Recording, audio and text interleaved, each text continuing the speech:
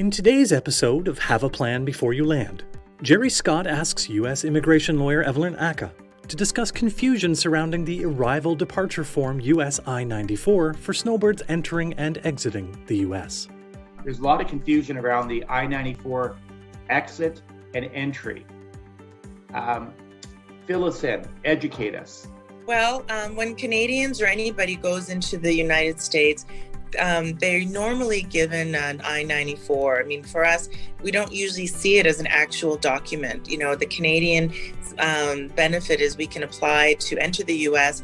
and we get what I call a virtual visitor visa. It's the B2 visa if you're going down as a snowbird. And so often they don't actually get a piece of paper. But if they're able to, when they leave the U.S., they're supposed to return it and give it back to the CBP officer upon exiting the U.S. as evidence that they've left in a timely manner or within the 6 months of being in the U.S. So mostly I-94s are given to people who have work permits in the U.S., but I don't think that it's very common that snowbirds will get it. They basically just get a stamp in their passport or notation as to when they arrived, which then tells immigration at the end when they leave if they overstayed their 6-month term. Now, there's a lot of confusion around if you leave the country and if you're out of the country for 30 plus days, and then if you re-enter, is there a 30-day rule or what goes on there? Because there is a lot of confusion.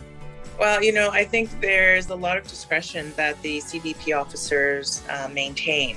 Strictly speaking, the way I advise my clients is you're supposed to not be in the U.S. more than 6 months in a year, in order to maintain your non-immigrant status and to not exceed your visitor visa status. Of course, if you're in the US and you need to change your status, you can. And sometimes when you leave and come back for 30 days, the clock will start again. But that's where the piece of the discretion of the officer, they can say, we're only going to give you another 2 months. We're not going to let you stay for 6 more months, or they'll let them in for another 6 months after they've left and come back. So I have to say, for me, even for my clients, there's not a specific clarity. And if anybody's staying longer than 6 months, I always recommend looking at, are there other options for them?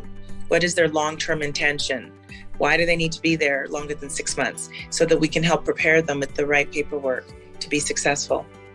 Now, the other question we get a lot from the people that are actually downloading the Snowbird US Day Tracker app is this rolling schedule. So let's say, for example, if they were to go down in the States in October, they're required to come back in April, and then they decide that they want to go down in next October as well. Is there such a thing as a rolling schedule? Good question. I believe there is. But again, there's still discretion. And so if the officer feels like they've overextended or is questioning what their true intentions are, they're non-immigrant or do they have immigrant intention, they could still be barred or they could be questioned extensively. So for me, when we think about this, a lot of times it becomes a tax issue too, as to, are you now becoming a resident of the U.S. and what is your substantial presence? To learn more about today's guest, send us an email.